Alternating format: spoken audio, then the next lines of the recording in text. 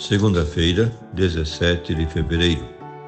Meu querido irmão, minha querida irmã, estamos entrando na sua vida e muito gostaríamos de entrar no seu coração para aí semear a palavra de Deus, que é sempre a grande orientação para a nossa vida.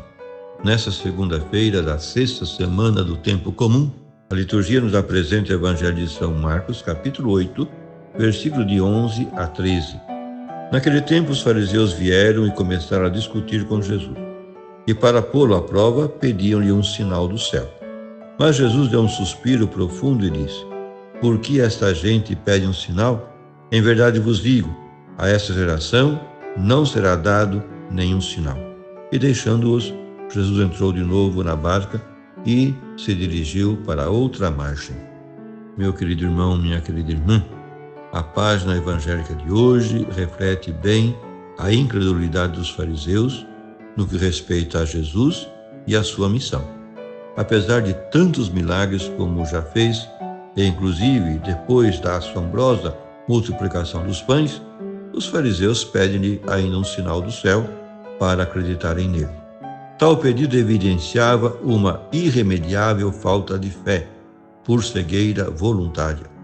Que sinal pediam os fariseus? Sem dúvida, um prodígio cósmico ou apocalíptico que acreditasse Jesus de forma contundente, tal como os grandes profetas da história de Israel, Moisés, Samuel, Elias e Eliseu. Se ele era o Messias, tinha que demonstrá-lo de maneira esmagadora e triunfal. Mas Cristo não aceita o desafio e nega-se terminantemente a dar um sinal espetacular, enquanto se lamenta da sua geração.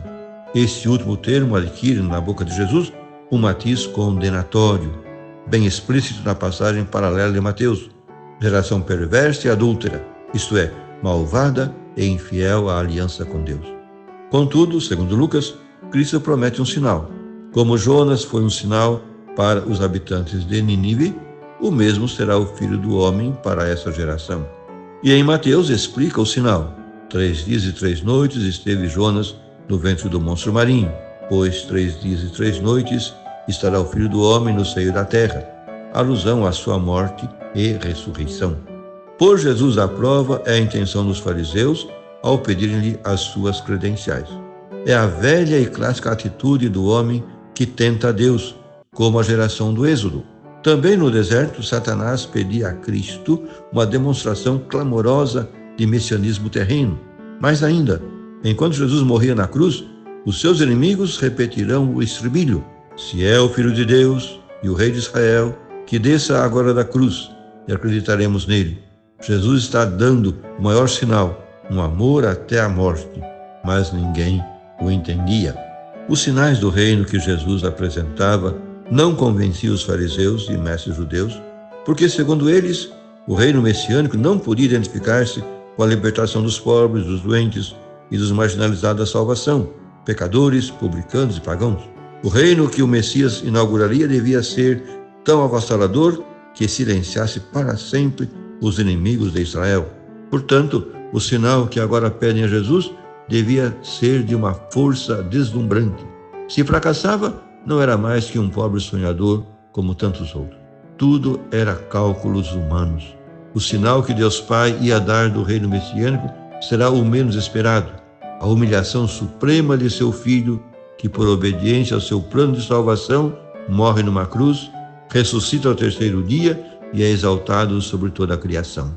Tudo isso fala uma linguagem desconhecida para os inimigos de Jesus, o amor de Deus ao homem, a ponto de lhe entregar o seu próprio Filho. Somente nele haverá salvação. Desde então, o amor e a cruz gloriosa de Cristo serão os sinais do cristianismo diante do mundo. No nosso tempo, há também aqueles que, vivendo ainda em estágio primitivo de religiosidade natural e não de fé, reclamam e saúdam, alvoroçados, alguns fatos acidentais e periféricos como sinais de Deus, aparições milagrosas e prodígios exóticos, que mobilizam multidões de incautos e crentes de ocasião. No polo oposto estão outros que, lendo o Evangelho em chave socializante, querem ver na Igreja de Cristo atitudes radicais e espetaculares para a libertação dos oprimidos pela via da violência revolucionária. Nenhum desses foi o modo de atuar de Jesus. Se ele anunciou o reino e realizou sinais e milagres, nunca procurou deslumbrar as massas, mas antes libertar o homem da ignorância, do pecado, da doença e da morte. Essas foram as credenciais de Jesus e dos seus discípulos quando os envia em missão pobre, sem mais bagagem que a própria palavra.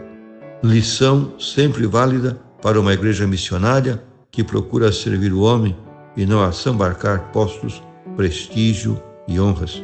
Uma comunidade cristã que confiasse demasiado nos meios econômicos e nas influências sociais demonstra que a sua fé se debilitou, porque não confia plenamente no Espírito de Jesus.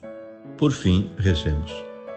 Obrigado, Pai, porque nos deste Jesus, teu Filho, que no seu mistério pascal de morte e ressurreição é o sinal pessoal do teu amor para conosco. Ele mostrou-nos sobejamente que tu nos amas. A sua pessoa, a sua vida, a sua palavra, o seu pão são para nós o sinal perene da tua escolha.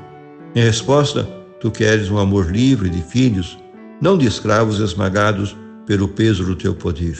Livra-nos, Senhor, da tentação de te pedir provas da tua ternura para crer e nos convertermos. E dá-nos um coração novo para louvar-te hoje e sempre. Amém. E a você, meu querido irmão, minha querida irmã, que me acompanhou neste encontro com a palavra de Deus, desça sobre ti a bênção de Deus Todo-Poderoso, Pai, Filho e Espírito Santo. Amém.